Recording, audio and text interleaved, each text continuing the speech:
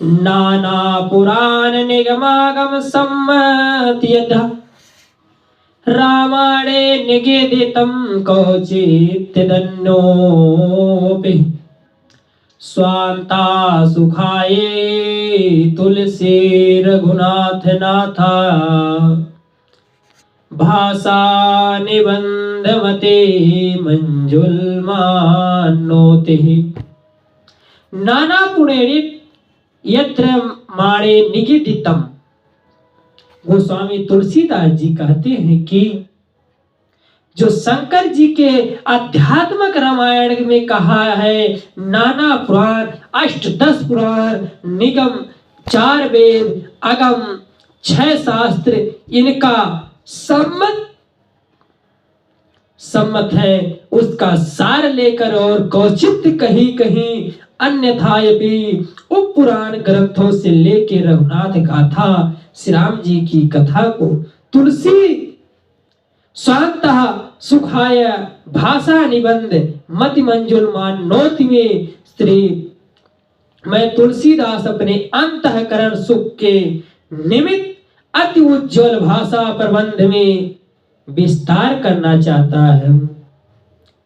वाल्मीकि रामायण में वर्णित है उसका, तथा अन्य ग्रंथों में जो भी रामचरित वर्णन किया है उसे देखकर मैं तुलसीदास अपने हृदय को सुख के निमित्त उज्जवल भाषा प्रबंध निर्माण करता हूं। रामचरितमानस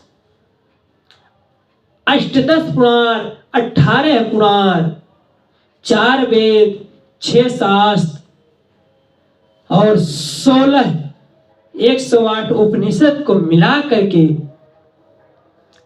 रघुनाथ गाथा श्री रामचंद्र जी की इस रामचरितमानस को एक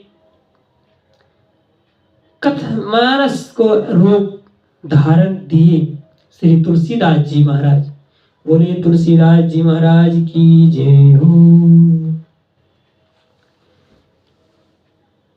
जो सुमिरत सिद्ध होय गन नायक करिबर वदन करहु अनुग्रह सोय बुद्धि रास सोवे गुण सदन।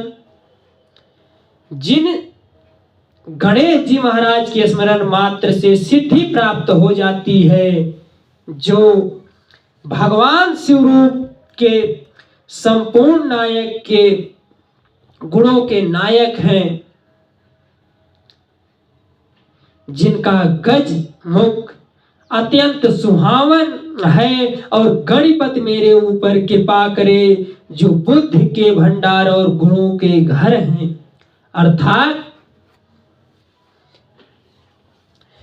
श्री राम नाम का स्मरण मात्र से प्रथम पूज्यत नाम प्रभाव सिद्ध हो गया,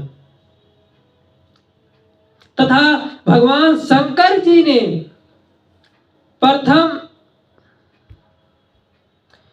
पूजा का अधिकार और गणों का नायक बनाया। वही ही गण नायक चराचर के पति करिबर भलाई कर बदन मुख पर ना लाने वाले अनुग्रह करके मुझे बुद्धि की राशि और गुणों का घर कर दो।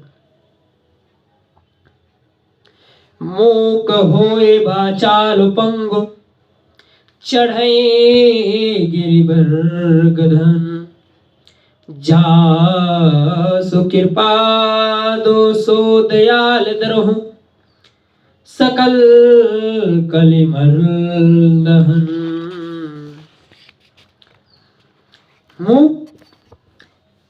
व्यक्ति जिनकी कृपा से अति पाचाल बोलने लग जाता है, यानी कि विशेष बोलने लग जाता है, पंगु लंगड़ा व्यक्ति गहन पर्वत कर चढ़ने लग जाता है। अगर लंगड़ा व्यक्ति विशाल पर्वत पे या विशाल ऊंची जगह पे या ऊंची जगह पे चढ़ना लग जाए, जिसके ऊपर महाराज की संपूर्ण कृपा और दया होती है, वही कलिमल दहन, इस कलयुग के पापों का नाश करने वाले मेरे द्रोह कृपा करो।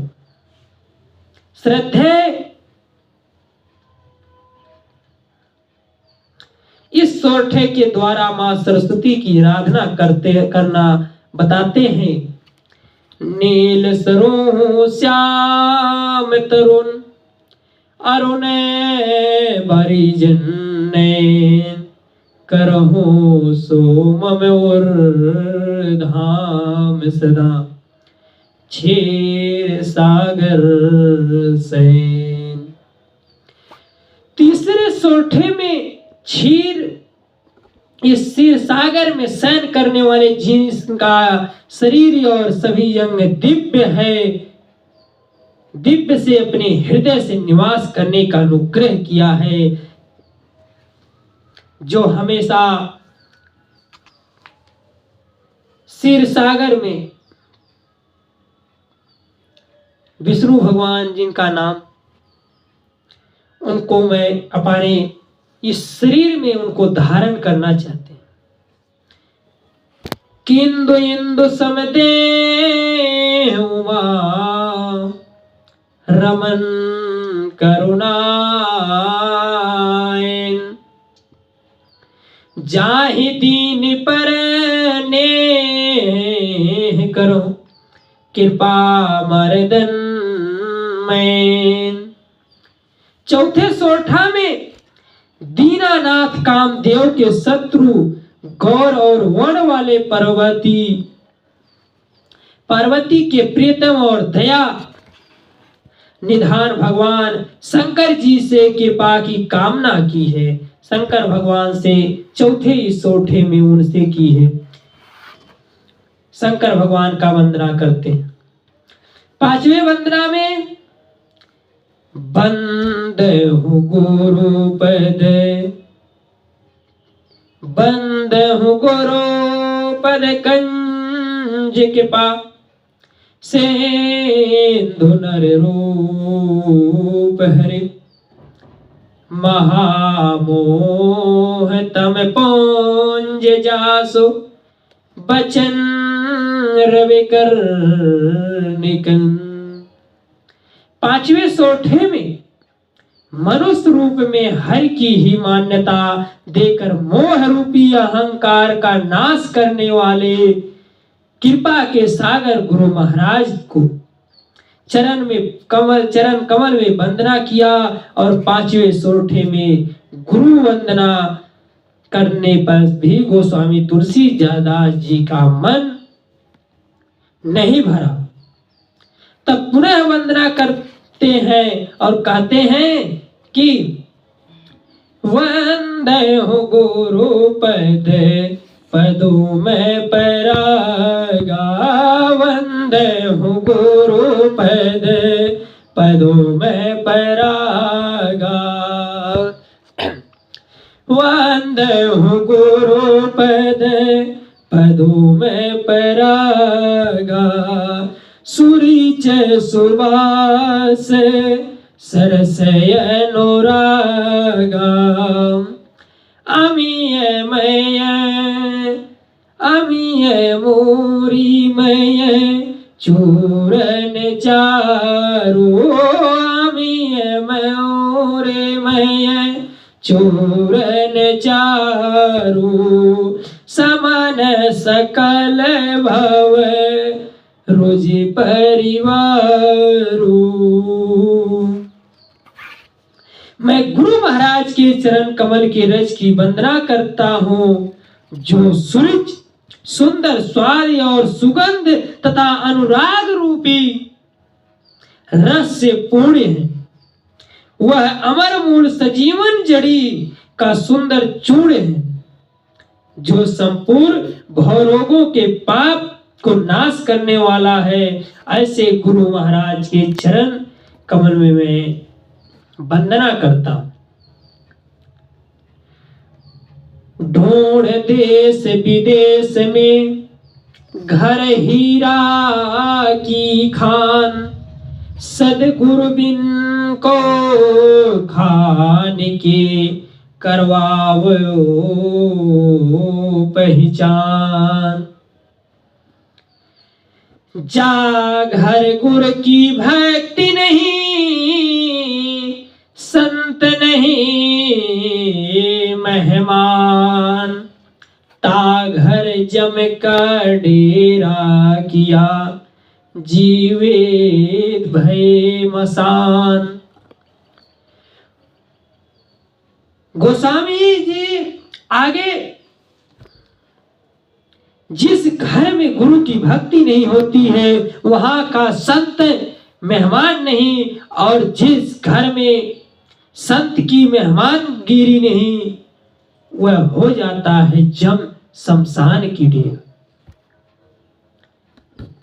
जिस घर में गुरु जी की भक्ति ना हो, गुरु जी की भक्ति ना हो, वहां संत लोग नहीं जाते हैं, संत लोग की कोई महानता नहीं। और जिस घर में गुरु भक्ति नहीं होती है वहां सभी प्रकार के भूत पिशाच मैदान और मसान जितने होते हैं सबका ही डेरा होता है। आगे गोस्वामी तुलसीदास जी ने पृथ्वी की देवता ब्राह्मणों की चरणों की वंदना की है, जो अज्ञानांधकार को दूर करे लेते हैं। इसके पश्चात संतों की वंदना करते हुए उनको कपास की संज्ञा दी है। कपास का फल नीरस है और गुणमय होता है। संत चरित्र भी नीरस यानी कि विषयासक्ति रहित होता है। कपास उज्जवल होता है, संत हृदय से भी उज्जवल होता है। कपास की तरह संत का हृदय अज्ञान और पाप रहित हो के कारण विसिद्ध। जैसे कपास अगर कपास में गुण तंतु होता है, संत की गुणों की खान होता है। कपास में कोई गुण नहीं होता है लेकिन संतों में गुण बहुत होता है। जैसे कपास का सुई में अगर सुई में पर धागा सुई के द्वारा किए छिद्र को ढक देता है, अथवा जैसे कपास लोढ़े जाने, काटे जाने और बुने जाने का कष्ट सहकर भी वस्त्र के बिना के रूप में परिपूरित होकर दूसरों के गोपनीय अंग को ढकता है, उसी प्रकार संत स्वयं कष्ट सह के दूसरों के छिद्र कष्टों का हरण करता है। तभी संत संसार में पूजनीय और वंदनीय हैं। जैसे रुई अगर है तो कपास यानी कि रुई को जितना आप धुनिएगा, उसको धुनते जाइए उतना बढ़िया वो गद्दा के लिए अगर आप रुई निकाल ले, किसी भी काम के रुई उतना अच्छा होता है जितना वो धुला जाता है। जितना धुनेंगे उतना। उसी प्रकार संत महात्मा भी है, जिसका साधु भी ऐसे ही होते हैं। साधु को जितना आप उनको आदर करेंगे, जितना उनसे आप घूम के उनसे पूछेंगे, उतना ही आपको वो सत्य मार्ग बताते चले जाएंगे। इसीलिए गुरु रूप में उन्हें पूजे जाते हैं। बोलिए गुरुदेव भगवान की जय। आइए भजन चलते हैं। मेरा कोई सहारा नहीं।